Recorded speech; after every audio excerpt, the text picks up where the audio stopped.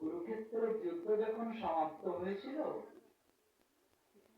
ভগবান শ্রীকৃষ্ণ অর্জুনকে নিয়ে যখন রথ থেকে নেমেছে, যুদ্ধ সমাপ্তি হয়েছে, 18 দিন যুদ্ধ হলো, যুদ্ধ সমাপ্ত, সবকিছু ধ্বংস হয়ে গেছে।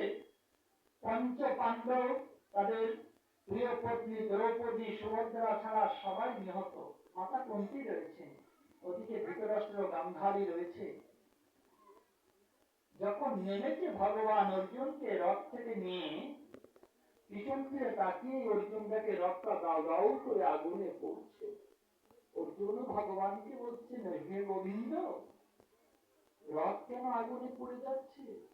ভগবান বলছেন, অর্জুন, এই রথের আর কোনো প্রয়োজন নাই, কারণ রথের কাজ সমাপ্ত হয়ে গেছে, তাই রথে আগুন ধরে গেছে। এই রথ থেকে যে এখন তুমি আমি সশরীরে নেমে এসেছি, ওই রথের উপরে আর কোনো ভার নেই, তাই রথ আপনা আপনি আগুন ধরে গেল। যুদ্ধক্ষেত্রে যখন তুমি আমি বিশ্রাম নিতে এসেছি, আমরা নেমে এসেছি রথ থেকে, জানো, ওই রথের উপরে আমি আমার গলার মালাটা ফিরে আসতাম, ওই রথের উপরে আমার ভার থাকতো, এই কারণে রথ নিঃসঙ্গ হয়নি। আজকে যে রথ থেকে যখন নেমেছি, আমার ভার মালাটা সহ আমি নেমেছি, ওই রথ নিঃসঙ্গ হয়ে গেছে। রাত্রে বিশ্রামে যায়, আমি তার দেহ মন্দির থেকে নেমে যাই ঠিকই, কিন্তু আমার মালাটা তার হৃদয় মন্দিরে ফিরে আসি। এই কারণে পরদিন প্রত্যুষে আবার সে জেগে ওঠে।